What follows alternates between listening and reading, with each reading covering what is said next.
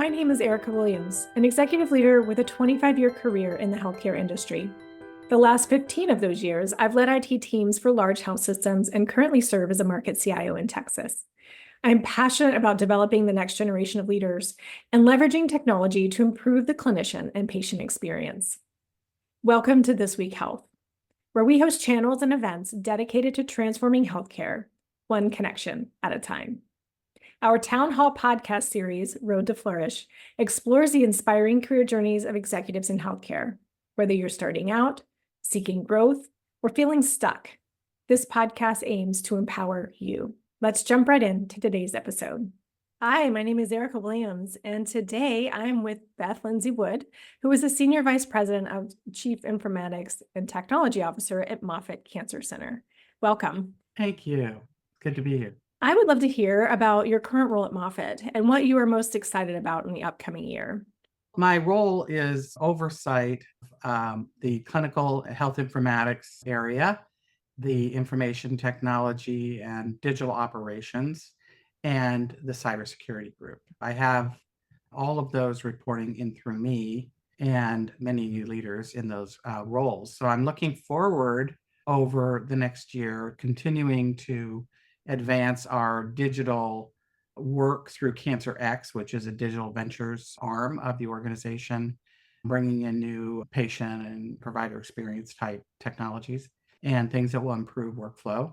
I'm also excited that we have a new ERP that we will be implementing in the next year and a bit. So that's a big upgrade for us from where we are today with something like 20 different systems that in some way support those functions. So in addition to that, we are launching a new strategic plan, and there's a very important accelerator to that, which is transformational technologies. So I spearhead that with my colleague, Dana Rawlison, who is a data officer. We're looking at a lot of AI, Gen AI, and clinical outcomes around developing AI models. So because we're research and clinical, we're really looking at how we tie all that together and leveraging AI for that. So we're on the path to do a lot of exciting things over the next year. Yeah, to say the least, those are significant transformational initiatives, the ERP, CancerX, did you call it? And Yes. AI. So very exciting things happening at Moffitt. Love it. So in this podcast, we like to dive in and really hear the journeys of leaders, because we all know that we like to think of others as having this straight, beautiful path to where they are today. But realistically, there's speed bumps and potholes and right and left turns. Thank you for offering to be just a little vulnerable for our listeners today. What was your first big career breakthrough, and how did that change or shape your journey? I don't know if I'd call it exactly a breakthrough. It was a little bit circumstantial, but I started at a hospital in Tampa, responding to a job as a computer operator at a young age. And so they were on a county system and they were coming in-house. So it was all new technology, all new systems that were being implemented. And so they needed people that would help run the data center. So I came in expecting to learn that. I had done some computer operations work prior, but that was my first step in. It lasted about 3 days before I was promoted to the supervisor. Not sure if it was just that I didn't step back with everyone else, but for whatever reason that happened. And that was really the beginning in my mind, both from a leadership perspective, but also healthcare technology.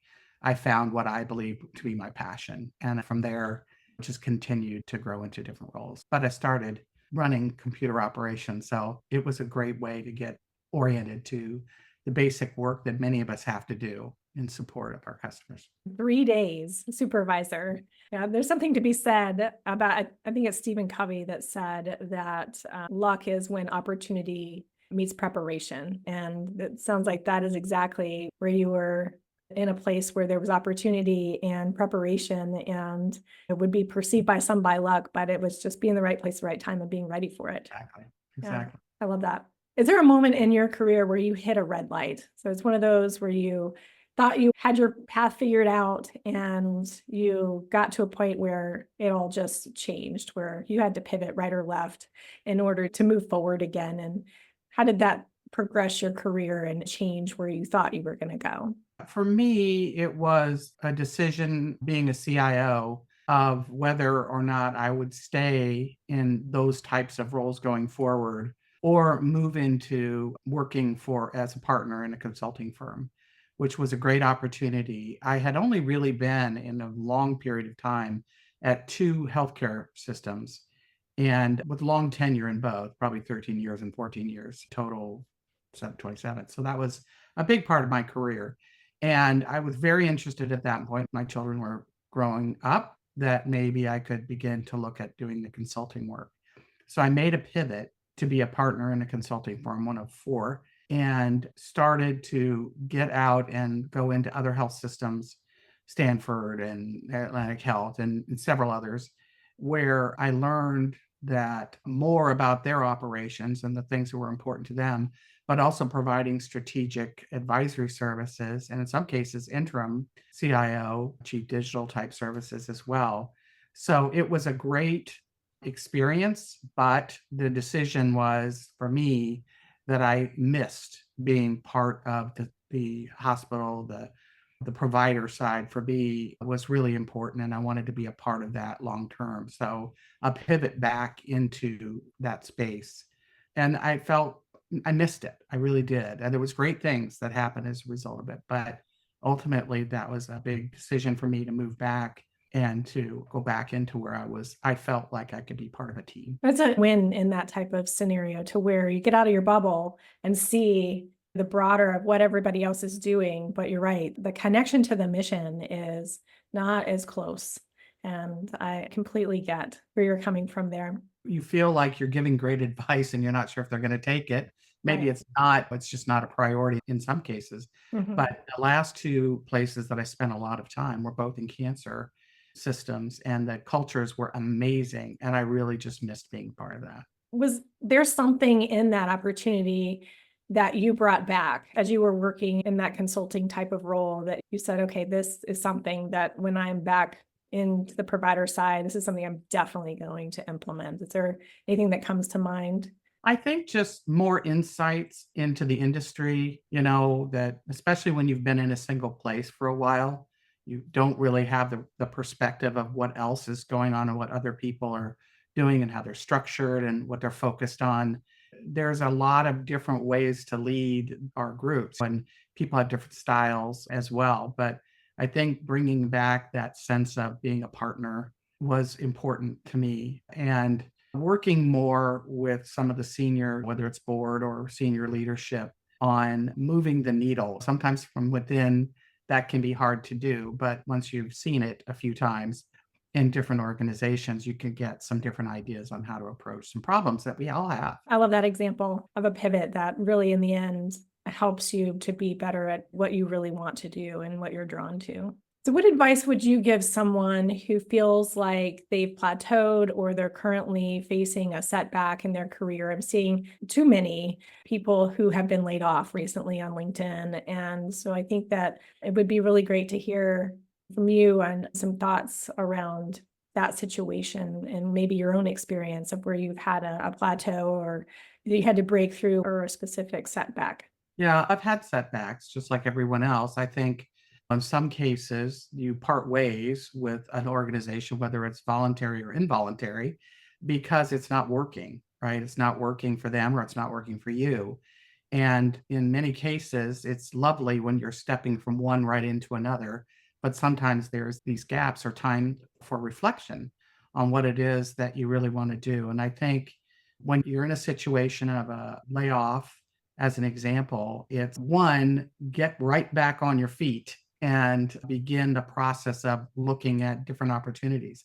I can tell you as an example that I even looked outside of industry. I love healthcare and I wouldn't do it, but it gives you a little bit more perspective. I've looked in other countries at opportunities, but I think getting out there and looking around and thinking about what makes you passionate about the work that you do is really important. And I've got to say, whether if there's involuntary termination or if there's a layoff, having a sense of your own self-worth is critical because it can feel like I'm not valued.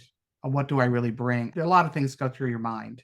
And I think it's really important that you have this sense of confidence in yourself and surround yourself with people that will help you to be successful. But most importantly, you have to have the confidence within you to recognize we all have things we can learn from, absolutely, but that you keep moving forward. I think it's really hard sometimes to get up and dust yourself off and keep moving forward. But the end is usually a better place than where you came from. It's usually a great experience to move into a new role where you feel very valued and you know you can make a strong contribution. And sometimes there's just a lot of other factors at work that make it difficult where you came from, and you have to leave that back. If there's lessons learned, that's great. But I think ultimately you keep moving forward. You got to have some internal and intestinal fortitude to keep moving forward. I think that's great advice. I personally, in a setback situation, in the moment is really hard. And if you've not gone through that before, it's hard to see the positive, as you mentioned. But looking back, I'm thankful for those situations, though they were painful and hard.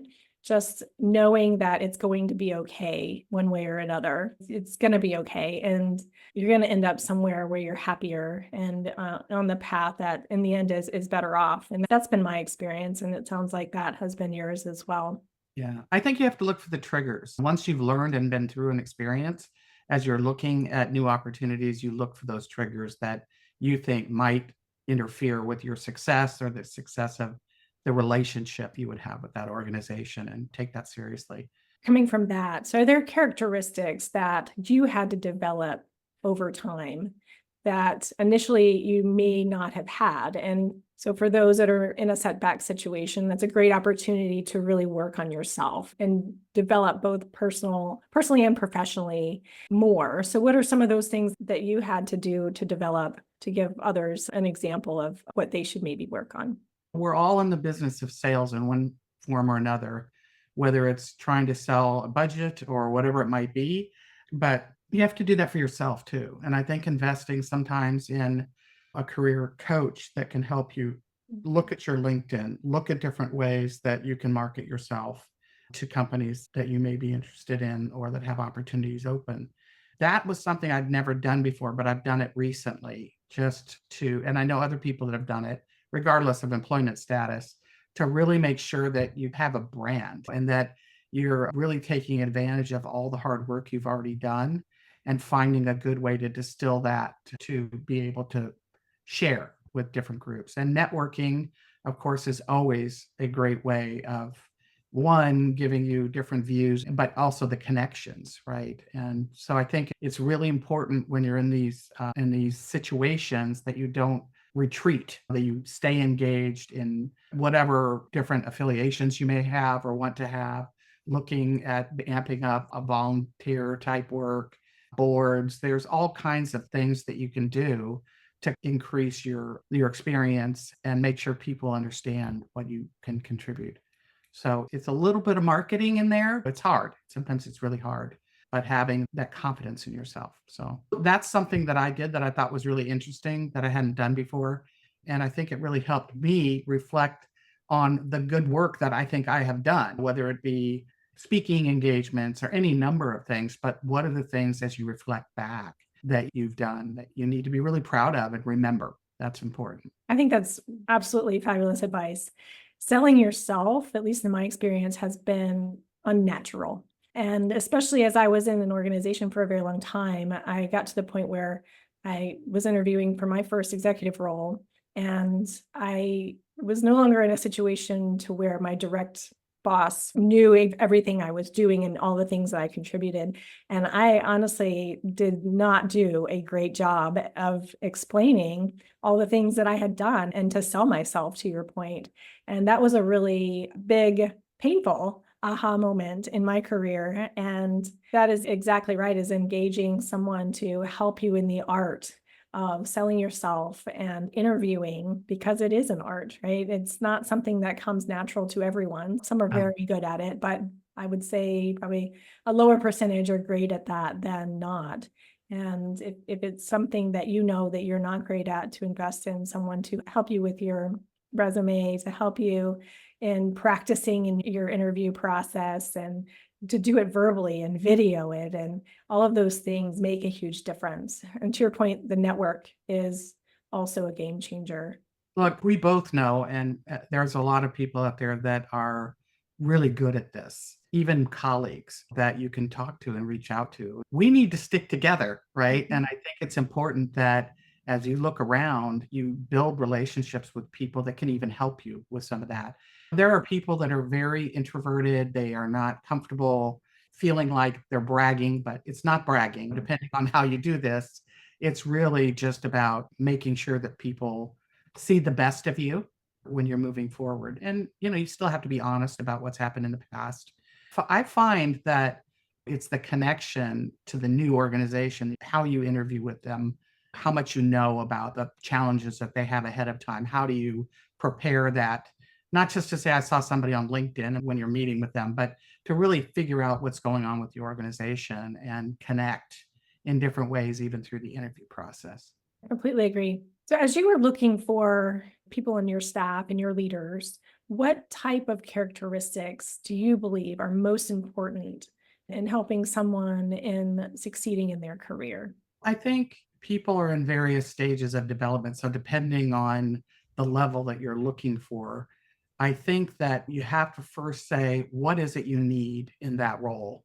Do you need a seasoned person that's going to hit the ground running and move things forward? Is it an opportunity for development? And I certainly do both. And so, I think first looking at what do you need at that point in time so that it helps you look for the right fit. And I think that from my perspective, there are several things anybody that works for me would say.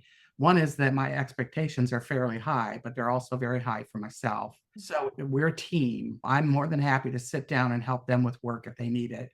But ultimately, together, we've got to move things forward. And I think that it's important to me to have people around me that are passionate, number one, about the work that we do, because that overcomes a lot of challenges that we all face. So that passion for the work, passion to be part of a team are really important to me. It's very difficult if somebody wants to be a single contributor in a leadership role, that won't work, right? That's just not how, at least in my world, that we can operate successfully. So it's the team one kind of concept, and being part of that team is really important to me. We all can have differences of opinion. We all come together and make what I think is the right decision. And so having people that I learn a lot from the people that theoretically work for me. I think of them as part of my team, but they are sometimes my mentors in some cases too. You can find mentors in a lot of different roles. So I think having people that they're good at what they do, but they know how to lead others and build relationships with customers. So again, sitting on Zoom calls in an empty office all day long every day is not an expectation, right? And being part of the conversation, not just listening and reading emails sometimes, but whatever that might be, that's something they have to take over the conversation, but they need to contribute. You can't be in a room, in a meeting, or in a session, whatever it might be, and not contribute, because that's why you're there. It's not there to listen, you're there to contribute to the conversation. So those kinds of traits I really value. There's many others, but those are just examples of some of the things that are important to me. So, when you're in the interview process, how do you pluck those types of things out in determining that who you are hiring has those sorts of qualities? So I'm an odd interviewer, but I would say for me, first, it's about their presence. I immediately know whether there's a connection for some, that I know that they're going to be good as part of the fit for the team, because you need all kinds of personalities to make that successful. So I'm looking for, I'm not going to call it personality, but just a little bit of presence, a little bit of how they describe things. So to me, my first round of interviews, is there a connection there? Do I think that this would be someone that can contribute? It's not always just about, you can have a long list of experience about how you're going to fit into the group, because if you have great experience but can't be part of a team, that's going to be a problem. So usually that's my first round. And then I get more into the experiences and how they have responded to things that have happened in their career, giving them some scenarios that we may have. But I really find, for me at least, there's almost something instinctual about who I think would be a good fit for the group, because in some cases they can be trained on different things, but it's a little bit of how they operate that's most important to me. I think that's perfectly said. In my experience, there's a want to just check a box, right? There's these things that I have to do to move to X position. And it's so much more than that. It's all the things, the soft skills, the behaviors, the traits that people have outside of the skills and checking the box, so to speak. So is there anything that comes to mind in a situation to where you help to coach someone through that, to where they had the skills, but they were lacking in one of those qualities that you mentioned, and helping them to identify and to grow in a specific way? Yeah, I've certainly had that. I've had people, and it's our jobs to make sure that we give people honest feedback in a kind way, but to not tell them about things that would help is a disservice to them and their career. So I often spend time, I can think of examples where I've said, I know what you're doing, that you're being cautious and not optimistic about things that a vendor might, for example, deliver, but you may be coming across as being very negative and or cynical. So let's talk through those scenarios and see if there's another way that you could communicate that without people thinking that you're being cynical, because that will stop a move forward. Cynicism can do that. And we all have a little of that, but I think it's how we communicate it. So there's many examples of that for different things that I think you owe, and I want to hear about myself. I'm very open to that, either from my own team or from my leader or colleagues across the organization. Being open to that feedback, I think, is very important, and thinking about different ways of doing things. And sometimes you decide, no, I can't do that. That's just not in my nature. Mhm. Then we're having a different conversation, right? It's the right role for you. But I would say that those conversations, they can be hard, but I think it depends on how you do it.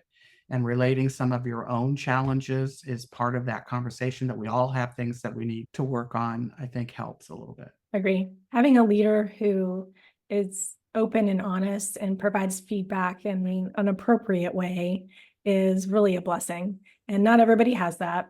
And for those that don't, it goes back to your earlier point of finding mentors and coaches who can help you pull those things out and addressing those types of things that are harder to identify yourself and harder to fix and address. Last question. So, keys to success, and I think you've had multiple nuggets you've given us, but just to leave our listeners with something to think on, if you could go back earlier in your career and give yourself one piece of advice that you wish you knew and that someone early in their career should know, what would that be? I think for me, very early, I learned when you have a lot of growth opportunity, so computer operator or managers or something, I say establish yourself as a workforce. What I mean by that is stay very engaged, be there, because when people, you know how it is, you have people and you always give it to one person, you know you can count on them and they're going to get it done and they're going to work hard to do it. I think that regardless of what year it is today and what year it was back then, that is still true. And that doesn't mean that you want to stay in that role. You want always to think about being in the next role that you want to be in and modeling yourself for that. So it's a given that you want to continue to grow. But when you really work hard with your leader and the company around key things, people see you as a rising star, somebody that should be promoted into roles. Maybe not even in that vertical, but they're so good that we want them to be the business operations manager for surgery, even if you were in IT. Those are the people that have a lot of opportunity in their career to move in different directions. But it means that you've established yourself as a strong person getting things done. And it doesn't mean you have to tout your own horn all the time, but people notice. And I think those are the ones I know right now. There are people that have been within Moffitt that people have said, this person is just a star. We need to make sure we take care of them and give them opportunities. That's the person I think you want to be when you're starting out, at least from my perspective. There's no golden ticket, it's hard work. And we've done this. It's hard work in many cases and opportunities and knowing when they're here, whether they're in your current organization or a different one. Sometimes you have to move to get that opportunity. But Your career has to be a priority in terms of how you're planning for that. I think that's great advice. Work to be the star, and visibility is key. If you aren't visible, people don't know that you're a star. That's right. That's something important as well. Thank you for tuning in to this week's Town Hall. A special thank you to our incredible guests for sharing their insights. Our mission is to transform healthcare one connection at a time. And these episodes are crafted to bring you perspectives straight from the leaders who are reshaping the industry. Use these discussions as an opportunity to inspire and mentor your team.